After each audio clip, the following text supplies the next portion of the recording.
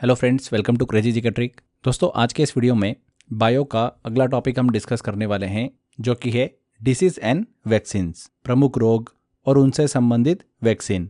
तो अच्छे से इस टॉपिक को हम आज के इस सेशन में कवर करने वाले हैं। लगभग 25 प्लस इंपॉर्टेंट ऐसी मैंने डिसीज़ निकाली है जो एग्जाम पॉइंट ऑफ व्यू से काफ़ी इंपॉर्टेंट है एंड उनसे रिलेटेड एग्जाम में हमको क्वेश्चंस देखने को मिलते हैं। तो एक एक करके हम डिस्कस करेंगे इस सेशन में। 2-3 चीज़ें आपको समझना है लेक्चर स्टार्ट करने से पहले। एक तो हम कोई भी डिसीज़ के बारे में जनरल इंट्रोडक्शन डिस्कस करेंगे, उसके बाद में उसके सिम्टम्स डिस्कस करेंगे, हाउ इट स्प्रेड्स मतलब वो कैसे फैलती है बीमारी, एंड वैक्सीन डेवलपमेंट के बारे में हम बात करेंगे। तो इस तरीके से हम सिस्टमेटिक तरीके से एक एक डिसीज़ को कंप्लीट करने वाले हैं। तो चलिए बिना किसी देरी के हम लेक्चर को शुरू करते हैं। लास्ट में हम इंपॉर्टेंट क्वेश्चंस भी लगाएंगे कि इस टॉपिक से कैसे एग्जाम के अंदर क्वेश्चन हमको देखने को मिल रहे हैं। तो पहली डिसीज़ लेते हैं जो कि है लेप्रोसी। लेप्रोसी, इसे हिंदी में बोला जाता है कुष्ठ रोग। देखिए फ्रेंड्स, इसे हैंसेन रोग के नाम से भी जाना जाता है।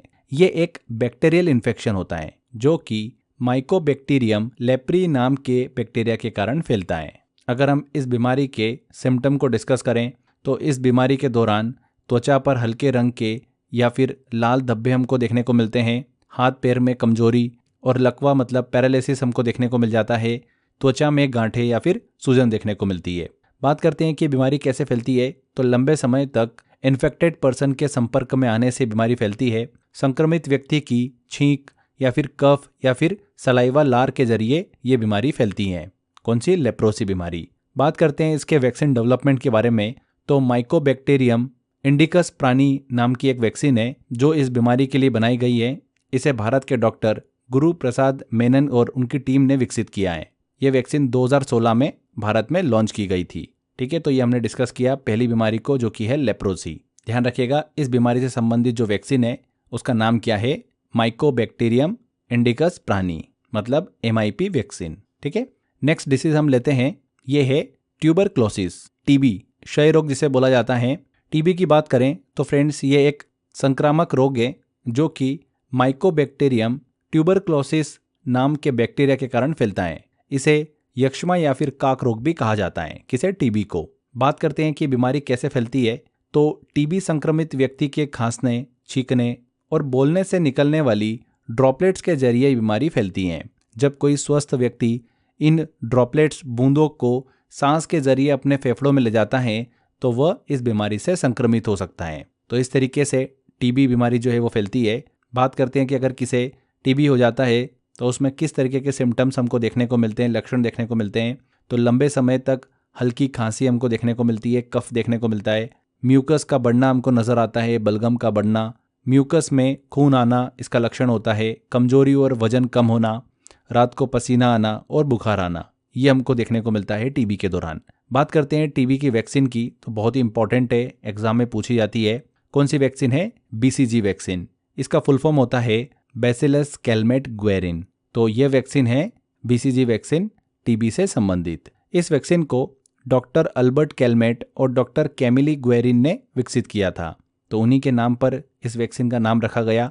ये टीबी के संक्रमण को रोकने में उपयोगी है और इसे माइकोबैक्टीरियम बोविस नाम के एक रोगाणु से विकसित किया गया है। ध्यान रखिएगा, टीबी की वैक्सीन का नाम क्या है? BCG वैक्सीन, और इसका फुल फॉर्म बैसिलस कैलमेट ग्वेरिन है। तो ये हमने टीबी बीमारी को अच्छे से डिस्कस किया, कैसे फैलती है, इसके सिम्टम्स क्या हैं एंड इसकी वैक्सीन कौन सी है, ये हमने अच्छे से समझा है। आगे बढ़ते हैं, अगली बीमारी की तरफ चलते हैं। ये है टाइफाइड। तो टाइफाइड की बात करें, जिसे आंत का बुखार भी कहा जाता है, मतलब एंटेरिक फीवर। ये एक बैक्टीरियल संक्रमण होता है, बैक्टीरियल इन्फेक्शन है जो कि सैल्मोनेला टाइफी नाम के बैक्टीरिया के कारण फैलता है। इसे मोतीझरा या फिर मियादी बुखार के नाम से भी जाना जाता है। बात करते हैं कि हाउ इट स्प्रेड्स, कैसे फैलता है, तो गंदे पानी और गंदे खाने के जरिए ये फैलता है। संक्रमित व्यक्ति के मल मूत्र से ये फैल सकता है। जब भोजन और पानी मक्खियों के संपर्क में आते हैं तो यह बैक्टीरिया फैलने का कारण बन जाता है। तो इस तरीके से ये बीमारी फैलती है, टाइफाइड। बात करते हैं कि इसमें जो मरीज होता है उसको किस तरीके के सिम्टम्स देखने को मिलते हैं, तो हाई फीवर हमको देखने को मिलता है लंबे समय तक, सिर दर्द देखने को मिलता है, शरीर पर लाल दाने हमको नज़र आते हैं, या फिर कमजोरी और भूख लगने स्टार्ट हो जाती है। सही उपचार न होने पर यहाँ पर आंतों में हमको अल्सर जो है वो देखने को मिल सकता है। तो ये इसके सिम्टम्स हैं टाइफाइड के। बात करते हैं कि ट्रीटमेंट एंड इसका जो प्रिवेंशन होता है वो किस तरीके से किया जाता है, तो रोगी को अलग रखना यहाँ पर देखिए सजेस्ट किया जाता है। रोगी के मल मूत्र को निवास स्थान से दूर रखा जाता है। साफ सफाई पर ज़्यादा ध्यान दिया जाता है। खाने पीने की चीज़ों को मक्खियों से बचाकर रखना होता है। टीबी के वैक्सीन की बात करें तो बच्चों को टीएबी का टीका लगाया जाता है। शिशुओं में इस बीमारी से बचने के लिए हमको टीएबी का टीका जो है वो सजेस्ट किया जाता है। ठीक है। मेडिसिन की बात करें तो डॉक्टर द्वारा बताई गई मेडिसिन में एंटीबायोटिक एक बहुत ही इंपॉर्टेंट होती है, क्लोरोमाइसिटिन। ये एंटीबायोटिक जो है वो डॉक्टर द्वारा सजेस्ट की जाती है। तो ये हमने टाइफाइड डिसीज़ को अच्छे से डिस्कस किया। नेक्स्ट हम बात करते हैं, अगली डिसीज़ आती है हमारी डिप्थीरिया। तो डिप्थीरिया एक संक्रमण है, बैक्टीरियल इन्फेक्शन है जो कि कॉरिनेबैक्टीरियम डिप्थीरियाई नामक बैक्टीरिया के कारण फैलता है। अगर हम बात करें कि बीमारी किस तरीके से फैलती है तो संक्रमित व्यक्ति की खांसी और छींक के जरिए बीमारी फैलती है। संक्रमित व्यक्ति के संपर्क में आने से बीमारी फैलती है, या फिर बोल सकते हैं कि जो दूषित वस्तुएं होती है जैसे कि तौलिया, कपड़े, उनके उपयोग से ये बीमारी जो है वो फैलती हैं, स्प्रेड होती हैं। ठीक है, डिप्थीरिया। इसके सिम्टम्स की बात करें तो गले में खराश देखने को मिलती है, सूजन देखने को मिलती है, स्वेलिंग नज़र आती है, सांस लेने और निगलने में परेशानी होती है, तेज बुखार, हाई फीवर देखने को मिलता है। यदि यहाँ पर समय पर इलाज न हो तो हार्ट और ब्रेन को नुकसान हो सकता है इस बीमारी में। बात करते हैं इसके ट्रीटमेंट एंड वैक्सीन की, तो रोगी को यहाँ पर अलग कमरे में रखा जाता है इस बीमारी के दौरान। इस बीमारी के दौरान एक इंजेक्शन का काफ़ी उपयोग देखने को मिलता है जो कि है एंटीसेरम इंजेक्शन। अगर हम वैक्सीन की बात करें तो डीपीटी वैक्सीन जो है यहाँ पर लगाई जाती है इस बीमारी से बचने के लिए। ये डिप्थेरिया, टिटनेस और कुकर खांसी से बचाती है डीपीटी वैक्सीन। इसका जो टीकाकरण किया जाता है, वैक्सीन किया जाता है, वो बचपन में देखने को मिलता है हमको। 6 सप्ताह, 10 सप्ताह और 14 सप्ताह की उम्र में डीपीटी का वैक्सीन जो है वो लगाया जाता है। इसमें बूस्टर डोज भी देखने को मिलता है हमको जो कि 16 से 24 महीने और 5 से 6 साल की उम्र में जनरली बच्चों को लगाया जाता है। तो डीपीटी वैक्सीन जो है ये किससे संबंधित हैं? ये डिप्थीरिया से संबंधित हैं। बच्चों में लगाई जाती है ये जब बच्चे का बर्थ होता है तो पहले 1 साल में हमको इसका पहला डोज देखने को मिलता है। सेकेंड डोज जो होता है वो हमको देखने को मिलता है 16 से 24 महीने और 5 से 6 साल की उम्र में बूस्टर डोज जो है वो लगाया जाता है। तो एग्ज़ाम में अगर आपसे पूछ ले कि डीपीटी वैक्सीन जो है ये किस बीमारी से बचने के लिए लगाई जाती है तो डिप्थीरिया, जैसा कि नाम से स्पष्ट है, डी, पी और टी तीनों हमको यहाँ पर देखने को मिल रहे हैं डिप्थीरिया में, तो उससे भी आप अंदाज़ा लगा सकते हैं। यहाँ पर देखिए, यहाँ पर जो ये डीपीटी वैक्सीन है, डीपीटी वैक्सीन का यूज़ एक और बीमारी में हमको देखने को मिलता है उससे बचने के लिए जो कि है काली खांसी। इसे इंग्लिश में बोला जाता है वूपिंग कफ। काली खांसी, जिसे वूपिंग कफ भी कहा जाता है, एक बैक्टीरियल संक्रमण होता है, बैक्टीरियल इन्फेक्शन होता है। एग्जाम में तो ऐसा भी पूछ लेते हैं कि ये बीमारी जो है किस तरीके का इन्फेक्शन है, तो बैक्टीरियल इन्फेक्शन है या फिर वायरल इन्फेक्शन है, तो ऐसा भी एग्जाम में क्वेश्चन पूछ लेता है। इसलिए मैं आपको बार बार बता रहा हूँ कि ये किस तरीके का इन्फेक्शन है, तो बैक्टीरियल इन्फेक्शन है।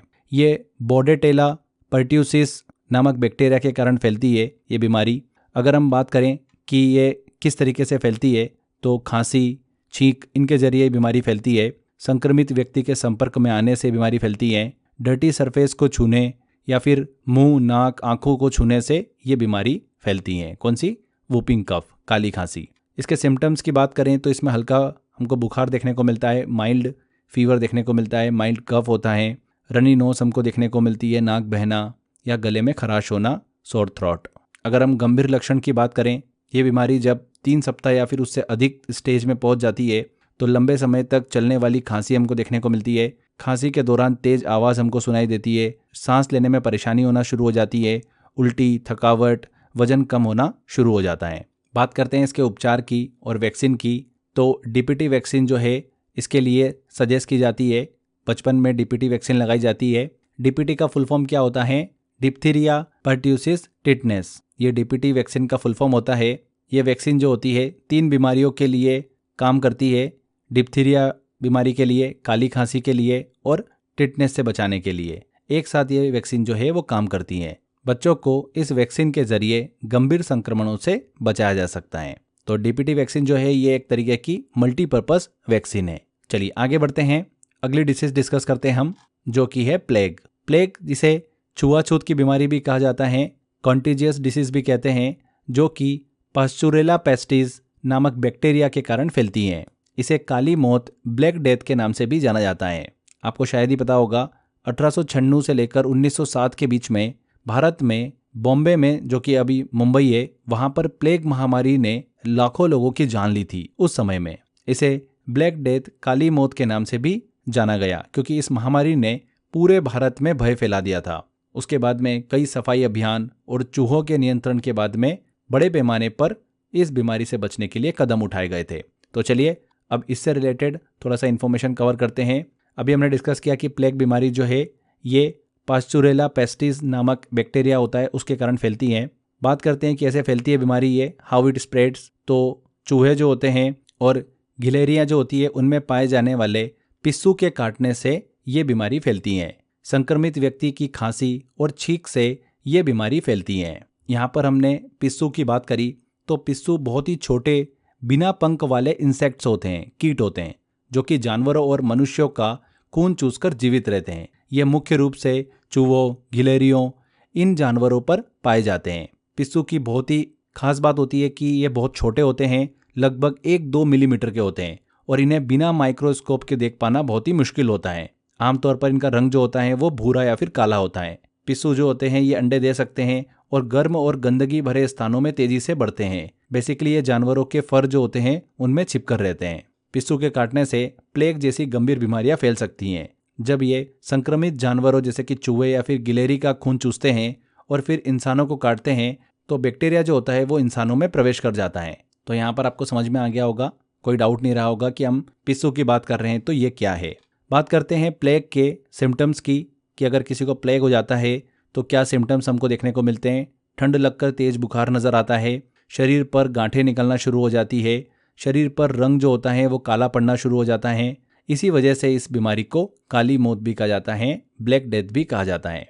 ट्रीटमेंट की बात करें फ्रेंड्स तो रोगी को सल्फा ड्रग्स और स्ट्रेप्टोमाइसिन नामक दवा दी जाती है। इसके अलावा चूहों और गिलहरियों के निवास स्थान से दूर रहने का सजेशन दिया जाता है और प्लेग से बचने के लिए प्लेग वैक्सीन लगाई जाती है। पर प्लेग से बचाव के लिए एक प्लेग वैक्सीन ज़रूर है, लेकिन आजकल आमतौर पर इसका यूज़ नहीं किया जाता है क्योंकि प्लेग के मामले अब बहुत ही कम हो चुके हैं। तो यहाँ पर हमने प्लेग डिसीज़ को डिस्कस किया।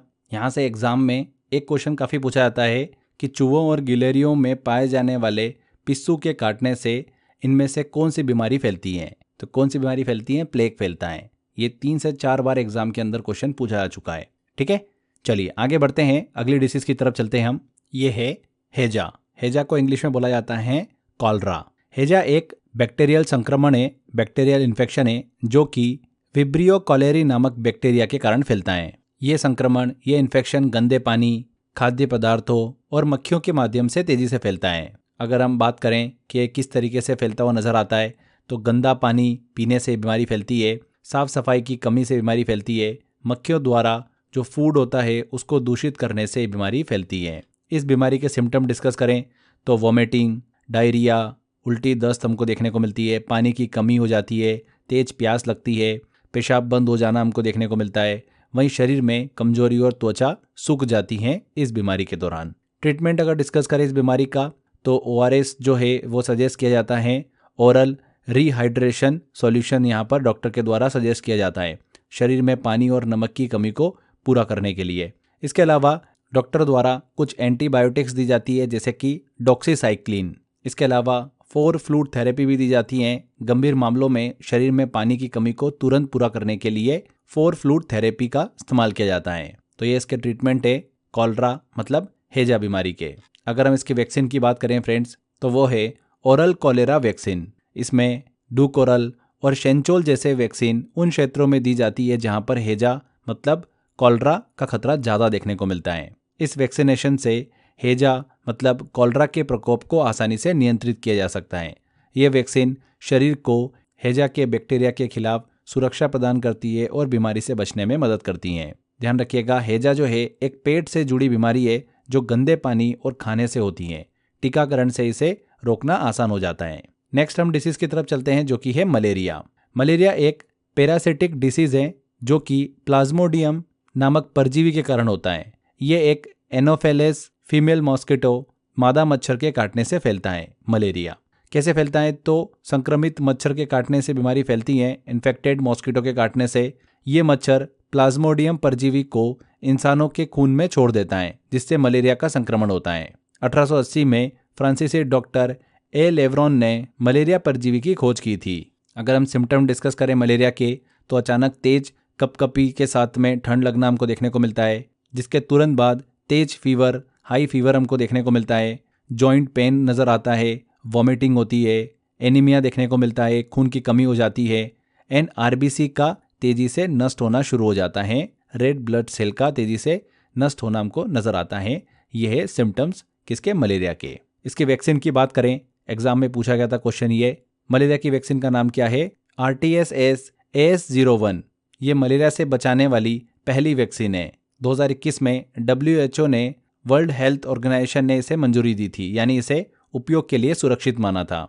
RTS-AS01, ध्यान रखिएगा, इसे मॉस्क्यूरिक्स वैक्सीन भी कहा जाता है। आगे बढ़ते हैं, अगली डिसीज लेते हैं जो कि है फाइलेरिया। फाइलेरिया, जिसे हाथी पांव भी कहा जाता है, एक पैरासिटिक डिसीज है। ये बीमारी जो है एक परजीवी के कारण फैलती है, जिसका नाम है वुचेरिया बैंक्रोफ्टाई। बात करते हैं कि फाइलेरिया बीमारी कैसे फैलती है, तो ये क्यूलेक्स मच्छर के काटने से फैलती है। मच्छर जब संक्रमित व्यक्ति का खून चूसता है तो वह परजीवी को स्वस्थ व्यक्ति में ट्रांसफर कर देता है। ये लिम्फेटिक सिस्टम को इफेक्ट करता है हमारे शरीर के। अगर हम सिम्टम डिस्कस करें, तो इस बीमारी के दौरान शरीर के अंगों में हमको सूजन दिखाई देती हैं, स्वेलिंग दिखाई देती हैं, विशेष रूप से हाथ और पैर पर।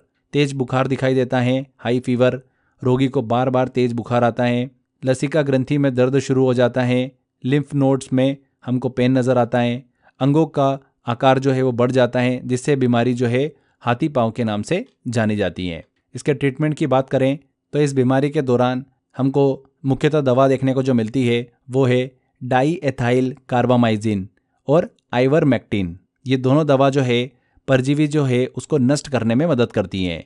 इसके अलावा फाइलेरिया बीमारी से बचने के लिए, मच्छरों के काटने से बचाव के लिए जागरूकता की जाती है एंड साफ पानी का उपयोग करने की सलाह दी जाती है। फाइलेरिया बीमारी एक धीमे संक्रमण इन्फेक्शन वाली बीमारी है, इसलिए इसकी रोकथाम के लिए मच्छरों पर नियंत्रण और स्वच्छता का ध्यान बहुत ज़रूरी होता है। आगे बढ़ते हैं, अगली डिसीज आती है हमारी गलसुआ रोग, जिसे मम्स के नाम से जाना जाता है। गलसुआ किस तरीके का संक्रमण है? वायरल संक्रमण है, वायरल इन्फेक्शन। अभी तक हम पढ़ते हुए आ रहे थे बैक्टीरियल इन्फेक्शन। यहाँ पर जो गलसुआ रोग होता है, मम्स रोग होता है, ये एक वायरल इन्फेक्शन है। सीधे सीधे एग्जाम में पूछते हैं क्वेश्चन ये। मम्स वायरस के कारण ये बीमारी फैलती है। ये मुख्य रूप से जो स्लेवरी ग्लैंड से हमारी लार ग्रंथियाँ उसको प्रभावित करती हैं। विशेष रूप से पेरोटिक ग्लैंड्स को ये प्रभावित करती है, उसमें सूजन हो जाती है मम्स के दौरान। बहुत ही इंपॉर्टेंट पॉइंट है। बात करते हैं कि ये कैसे फैलता है, तो संक्रमित व्यक्ति की लार के संपर्क में आने से फैलता है, संक्रमित व्यक्ति की छींक या फिर खांसी के जरिए फैलता है, दूषित वस्तुओं जैसे कि ग्लास, तौलिया या फिर बर्तन का उपयोग करने से ये बीमारी फैलती है। अगर किसी को मम्स हो रखा है और आप अगर उसके कांटेक्ट में आ जाते हैं तो ये बीमारी फैल जाती है। सिम्टम्स की बात करें तो गले और कान के पास में सूजन हमको दिखाई देती है और ये पेरोटिक ग्लैंड की सूजन के कारण होता है। हाई फीवर होता है इसके दौरान, हेडेक होता है, सिर दर्द होता है, खाने को चबाने और निगलने में काफ़ी परेशानी होती है एंड वीकनेस भी काफ़ी ज़्यादा बढ़ जाती है। तो ये सिम्टम्स है इस बीमारी के। ट्रीटमेंट की बात करें तो सूजन कम करने के लिए नमक वाले पानी से सिकाई करने की सलाह दी जाती है। डॉक्टर की सलाह से टेरामाइसिन इंजेक्शन दिया जाता है एंड रोगी को आराम करने और लिक्विड फूड लेने की सलाह दी जाती है। तो ये इसके बेसिक ट्रीटमेंट्स हैं। अगर हम वैक्सीन की बात करें तो MMR वैक्सीन दी जाती है। ये टीका गलसुआ मतलब मम्स, खसरा और रूबेला से बचाव के लिए दिया जाता है। बच्चों को दिया जाता है ये टीका। बच्चों को नियमित टीकाकरण कार्यक्रम के तहत ये वैक्सीन दी जाती है, MMR वैक्सीन। बहुत ही इंपॉर्टेंट है, एग्जाम में पूछते हैं क्वेश्चन ये कि MMR वैक्सीन किससे संबंधित है, तो गलसुआ मम्स रोग से संबंधित है। MMR का फुल फॉर्म क्या होता है? यहाँ पर पहले M का मतलब होता है मीजल्स, दूसरे M का मतलब होता है मम्स एंड R का मतलब होता है रूबेला। तो मम्स से बचाव के लिए बच्चों को नियमित टीकाकरण कार्यक्रम के तहत MMR वैक्सीन दी जाती है। आगे बढ़ते हैं, नेक्स्ट डिसीज आती है हमारी खसरा, जिसे इंग्लिश में बोला जाता है मीजल्स। अभी हमने डिस्कस किया था ना, जो MMR वैक्सीन, इस बीमारी से बचने के लिए वही वैक्सीन जो है उपयोग की जाती है। खसरा की बात करें, मीजल्स की बात करें तो ये एक वायरल इन्फेक्शन है जो कि पोलिनोसा मार्बिलोरम नाम के एक वायरस के कारण फैलती है। ये बीमारी मुख्य रूप से बच्चों को प्रभावित करती है और एक वायुवाहित रोग इसे कहा जाता है। कैसे फैलती है बीमारी? तो संक्रमित व्यक्ति की छींक और खांसी से बीमारी फैलती है। यह हवा में फैलने वाले वायरस के जरिए आसानी से एक व्यक्ति से दूसरे व्यक्ति में फैलता है। खसरा, ठीक है। सिम्टम्स की बात करें तो शरीर में छोटे छोटे लाल दाने हमको दिखाई देते हैं, गले और नाक में सूजन हो जाती हैं, बुखार और कमजोरी देखने को मिलती है, नाक बहना और आंखों में जलन होने लग जाती है। इसके ट्रीटमेंट की बात करें तो इसका वैक्सीनेशन होता है, टीकाकरण होता है। बच्चों को खसरे का टीका दिया जाता है MMR वैक्सीन के नाम से। खसरा बेसिकली एक संक्रामक रोग है, लेकिन समय पर टीकाकरण और स्वच्छता से इसे रोका जा सकता है। आगे बढ़ते हैं, नेक्स्ट डिसीज डिस्कस करते हैं हम, जो कि है पोलियो। पोलियो एक वायरल इन्फेक्शन है जो कि पोलियो वायरस के कारण फैलता है। ये मुख्य रूप से कफ, मलमूत्र और दूषित पानी के जरिए फैलता है। ये वायरस बच्चों की मांसपेशियों को नियंत्रित करने वाली नसों को नुकसान पहुंचाता है, जिससे वे विकलांग मतलब पैरालाइज्ड हो सकते हैं। बात करें पोलियो की कि कैसे ये फैलता है, कैसे स्प्रेड होता है, तो दूषित जल और खाद्य पदार्थों के जरिए ये वायरस फैलता है। मक्खियों और वायु के माध्यम से, एयर के माध्यम से भी ये वायरस फैलता है, या फिर संक्रमित व्यक्ति के संपर्क में आने से ये बीमारी फैलती है। इसके सिम्टम डिस्कस करें तो फीवर देखने को मिलता है, हेडेक होता है, मांसपेशियों का सिकुड़ना नजर आता है। गंभीर मामले में बच्चे विकलांग हो सकते हैं और थकावट भी महसूस होती है। इस बीमारी के ट्रीटमेंट की बात करें तो पोलियो का कोई भी इलाज नहीं है, लेकिन लक्षणों को मैनेज किया जा सकता है। इसके सावधानी बरती जा सकती है कि बच्चों को गंदे स्थानों पर खेलने से बचाया जाए, नियमित पोलियो ड्रॉप्स पिलाई जाए। ये इसके कुछ ट्रीटमेंट है जो कि फॉलो करने होते हैं। वैक्सीनेशन होता है इसका पोलियो से रिलेटेड, OPV वैक्सीन बोलते हैं उसको, oral polio vaccine. Doctor Albert robin ने 1961 में इसे विकसित किया था। यह वैक्सीन मुंह के जरिए मतलब ओरल फॉर्म में दी जाती है। इसके अलावा IPV वैक्सीनेशन भी होता है, inactivated polio vaccine. Doctor Jonas Salk ने 1952 में इसे विकसित किया था। यह वैक्सीन इंजेक्शन के द्वारा दी जाती हैं। इसमें मारे गए मतलब इनएक्टिवेटेड पोलियो वायरस का उपयोग किया जाता है वैक्सीनेशन के दौरान। तो ये दो वैक्सीन हमने डिस्कस करी पोलियो से संबंधित, एक OPV ओरल पोलियो वैक्सीन और दूसरा है IPV inactivated polio vaccine. Clear? चलिए आगे बढ़ते हैं, अगली डिसीज डिस्कस करते हैं जो कि है रेबीज। रेबीज भी एक वायरल इन्फेक्शन है, वायरल संक्रमण है जो कि संक्रमित जानवर जैसे कि पागल कुत्ते या फिर बिल्ली के काटने या फिर खरोच से फैलता है। ये बीमारी मुख्य रूप से सेंट्रल नर्वस सिस्टम को प्रभावित कर देती है और इसके कारण गंभीर स्थिति में मृत्यु का कारण भी बन सकती है। बात करें कि रेबीज जो होता है वो कैसे फैलता है, कैसे स्प्रेड होता है, तो संक्रमित जानवर के काटने से, इन्फेक्टेड एनिमल्स के काटने से ये फैलता है, जैसे कि पागल कुत्ते या फिर बिल्ली या फिर जंगली जानवर के काटने से। संक्रमित जानवर के लार मतलब सलाइवा के संपर्क में आने से ये बीमारी फैलती है। इसके सिम्टम डिस्कस करें तो फीवर हमको देखने को मिलता है, चिड़चिड़ापन हमको नज़र आता है, घाव के आसपास दर्द और जलन होना स्टार्ट हो जाती है। एडवांस सिम्टम की बात करें तो मांसपेशियों में ऐंठन होने लग जाती है, पानी और हवा से डर लगना शुरू हो जाता है, बोलने और निगलने में कठिनाई महसूस होती है, मानसिक तौर पर भ्रम होना शुरू हो जाता है और आक्रामक आप गुस्सेला व्यवहार करना शुरू कर देते हैं। तो यह रेबीज के लक्षण है। अगर हम इसके ट्रीटमेंट की बात करें तो एक दवा होती है जो शुरुआती तौर पर दी जाती है, इसका नाम है रेबीज इम्यूनोग्लोबुलिन। ये दवा जिसे शरीर में तुरंत एंटीबॉडी प्रदान करने के लिए दिया जाता है। इसका इस्तेमाल तब होता है जब व्यक्ति को संक्रमित जानवर काट ले और उसके शरीर में तुरंत सुरक्षा की आवश्यकता हो। सबसे पहले यही दवा दी जाती है रेबीज के दौरान। रेबीज वायरस को फैलने से रोकती है दवा, लेकिन लंबे समय तक सुरक्षा के लिए वैक्सीन की जरूरत होती है। इसके बाद में अगला ट्रीटमेंट अगर हम बात करें तो रेबीज वैक्सीन दी जाती है। ये वैक्सीन जो होती है व्यक्ति के शरीर को खुद एंटीबॉडी बनाने के लिए प्रेरित करती है। वैक्सीन को संक्रमण के बाद और इम्यूनोग्लोबुलिन के साथ दिया जाता है। रेबीज वैक्सीन की बात कर रहे हैं तो इसकी खोज किसने करी थी? लुई पाश्चर ने इसकी खोज करी थी। लुई पाश्चर और एमिल रॉक्स के द्वारा इसकी खोज की गई थी 1885 में। तो ये हमने रेबीज डिसीज को अच्छे से डिस्कस किया। आगे बढ़ते हैं, अगली डिसीज डिस्कस करते हैं जो कि इंपॉर्टेंट है काफ़ी, हेपेटाइटिस।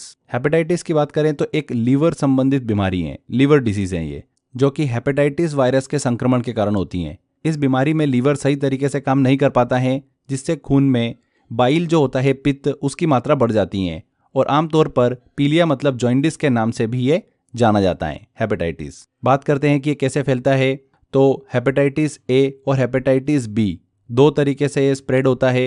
हेपेटाइटिस ए की बात करें तो दूषित पानी या भोजन के माध्यम से फैलता है, और दूसरा हेपेटाइटिस बी जो है ये संक्रमित व्यक्ति के खून या फिर शरीर के जो तरल पदार्थ होते हैं फ्लूइड्स होते हैं उसके जरिए ये फैलता है। इसके अलावा जो असुरक्षित सुई होती है, नीडल्स होती है, या फिर रक्त संक्रमण होता है, उसके जरिए ये हेपेटाइटिस बी फैलता है। अगर हम इसके लक्षण डिस्कस करें, सिम्टम डिस्कस करें इस बीमारी के, तो हमको देखने को मिलते हैं त्वचा और आंखों का पीलापन, पेशाब का पीला होना, पेट दर्द और उल्टी होना, कमजोरी और भूख की कमी होना, हल्का हल्का बुखार दिखाई देना एंड थकावट महसूस होना, ये इसके सिम्टम होते हैं। बात करते हैं ट्रीटमेंट की, तो इस बीमारी के दौरान रेस्ट करने की सलाह दी जाती है पूरी तरीके से। दवाई की बात करें तो लीवर में गामा ग्लोबुलिन का इंजेक्शन दिया जाता है। खाने में बात करें तो दही, गन्ने का रस, बिना तेल की हरी सब्जियां, ये सब खाने की सलाह दी जाती हैं। एंड जो लीकर होता है, शराब होता है या फिर जंक फूड, उससे दूर रहने की आपको सलाह दी जाती है। बात करते हैं इसके टाइप की, तो 2 तरीके का होता है हेपेटाइटिस ए और हेपेटाइटिस बी। तो इसको भी थोड़ा हम डिस्कस कर लेते हैं। हेपेटाइटिस ए की बात करें तो ये लीवर को प्रभावित करने वाली वायरल बीमारी है। हेपेटाइटिस ए वायरस के कारण ये फैलती है।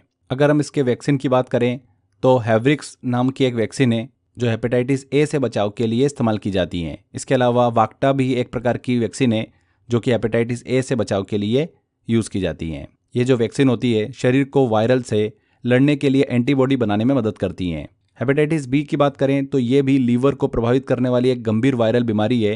हेपेटाइटिस बी वायरस HBV के कारण ये फैलती है। संक्रमित व्यक्ति के खून, ब्लड या फिर शरीर के जो तरल पदार्थ होते हैं उससे ये बीमारी फैलती है।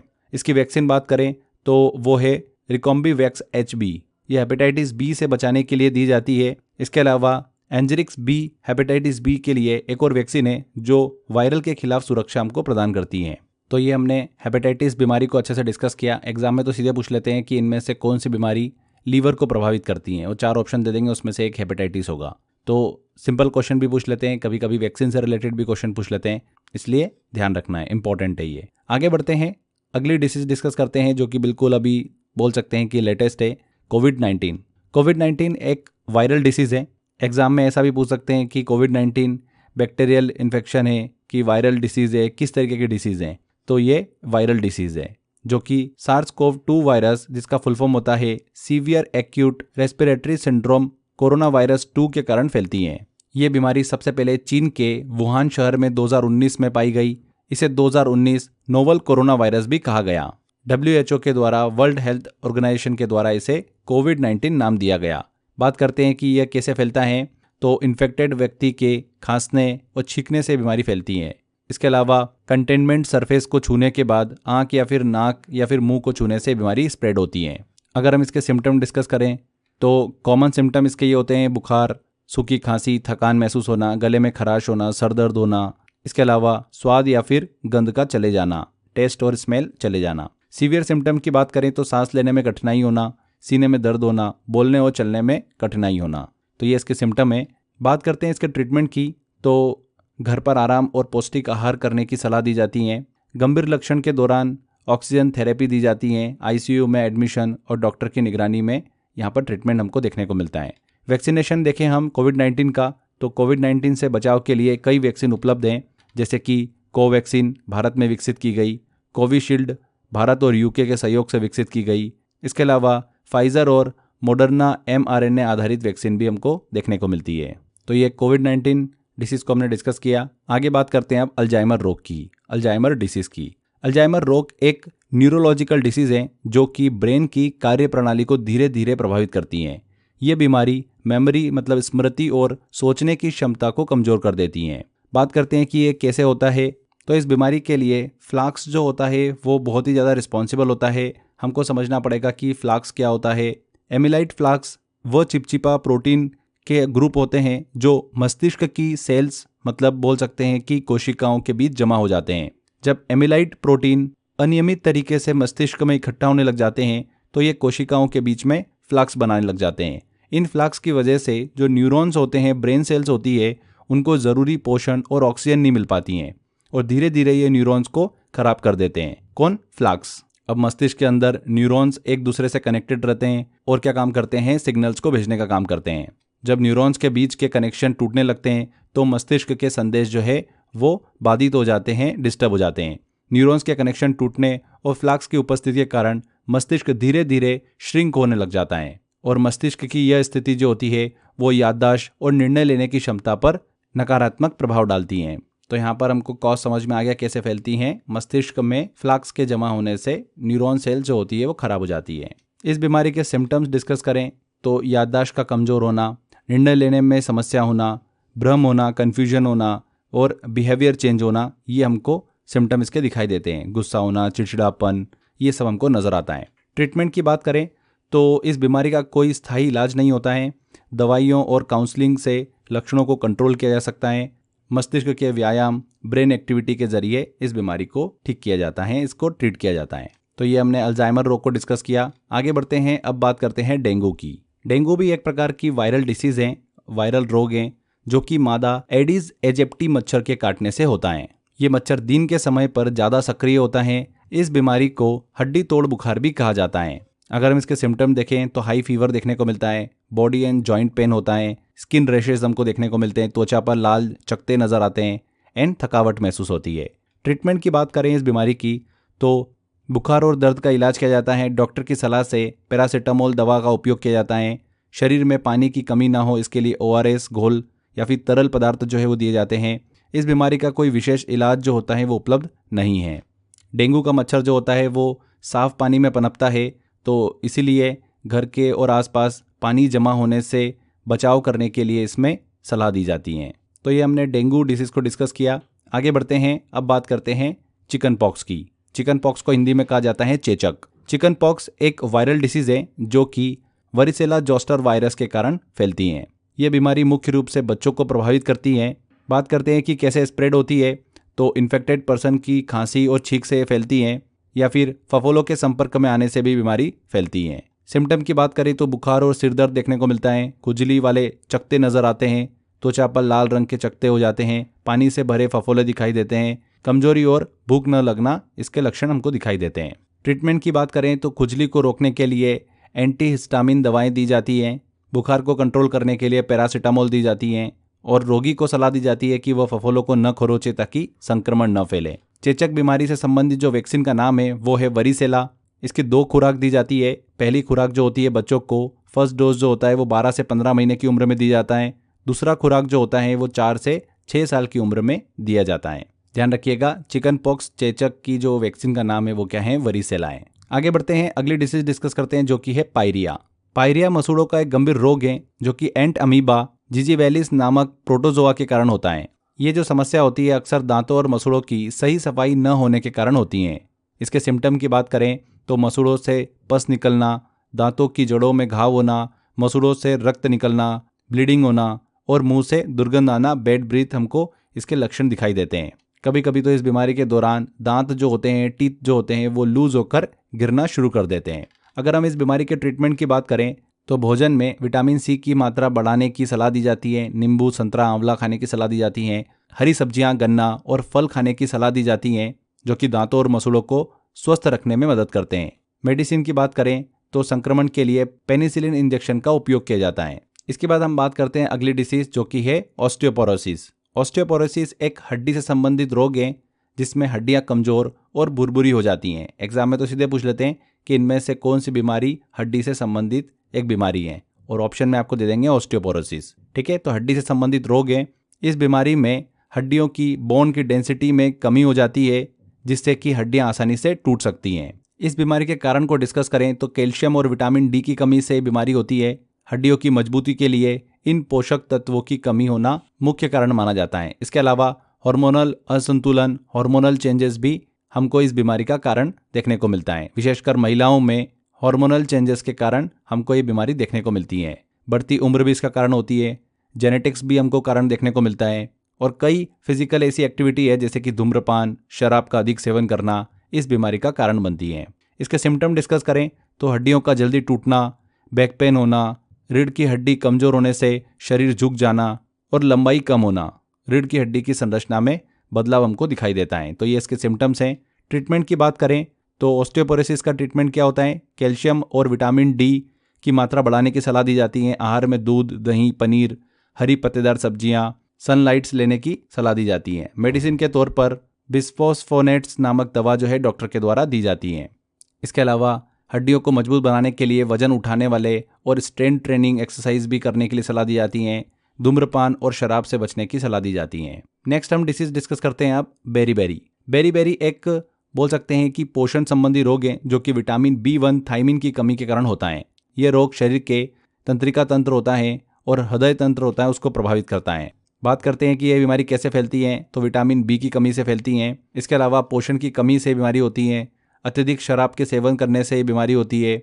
अगर हम इसके सिम्टम डिस्कस करें तो बेसिकली इस बीमारी के 2 टाइप होते हैं, एक होता है ड्राई बेरीबेरी और दूसरा होता है वेट बेरीबेरी, सूखी बेरीबेरी और गीली बेरीबेरी। तो सूखी बेरीबेरी के दौरान मांसपेशियों में कमजोरी होती है, लकवा पैरालिसिस हमको देखने को मिलता है, जो तंत्रिका तंत्र होता है उससे संबंधित समस्याएं जो होती है वो हमको दिखाई देती हैं, झुंझुनी होना, सुन्नता होना, ये सभी। बात करते हैं गीली बेरीबेरी की, वेट बेरीबेरी की, तो इस समस्या में हृदय तंत्र जो होता है उसकी समस्या हमको दिखाई देती हैं, पैरों और हाथों में सूजन होती है, रक्त प्रवाह की कमी, हार्ट फेल की समस्या हमको दिखाई देती है। इस बीमारी के ट्रीटमेंट की बात करें तो थायमिन सप्लीमेंट्स दिया जाता है, ब्लेंच डाइट दी जाती है, संतुलित और पोषक युक्त आहार दिया जाता है, प्रोटीन, कैलोरी, विटामिन और खनिज युक्त भोजन दिया जाता है, मतलब जिसमें ज़्यादा मिनरल्स हो। सप्लीमेंट्स दिए जाते हैं, मल्टीविटामिन दी जाती हैं, प्रोटीन सप्लीमेंट दिए जाते हैं और हाइड्रेट रहने की सलाह दी जाती है, पानी और ORS का उपयोग करने की सलाह दी जाती है। इसके बाद अगली डिसीज हम डिस्कस करते हैं जो कि है स्वाइन फ्लू। स्वाइन फ्लू एक वायरल डिसीज है। ये H1N1 वायरस के कारण होती हैं। किसके कारण? H1N1 वायरस के कारण। कैसे फैलती हैं?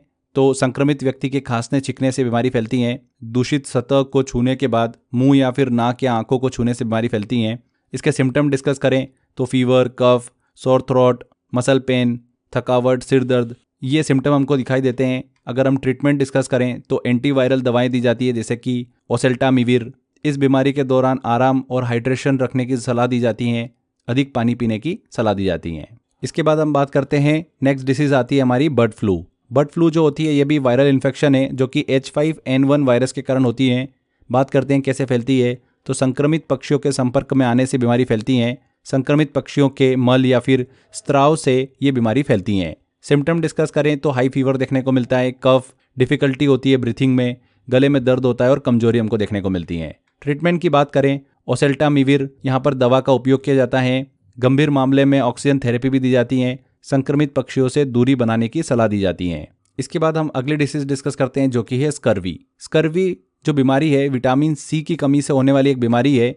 विटामिन C, इसका देखिए रासायनिक नाम क्या है, एस्कॉर्बिक एसिड। विटामिन C शरीर में कोलेजन का निर्माण करने में मदद करता है जो घावों को भरने और टिश्यू को स्वस्थ बनाए रखने में आवश्यक होता है। स्कर्वी बीमारी के सिम्टम डिस्कस करें तो मसूड़ों से खून आना, सूजन होना, कमजोरी और थकावट होना, चोट लगने पर घाव जो होता है वो धीरे धीरे भरना, स्किन रैशेज होना, हड्डियों और जोड़ों में दर्द होना, ये इसके सिम्टम होते हैं। ट्रीटमेंट की बात करें तो विटामिन C युक्त आहार लेने की सलाह दी जाती है। खट्टे फल, संतरा, नींबू, पालक, ब्रोकली, अमरूद, आंवला, ये सब खाने की सलाह दी जाती हैं।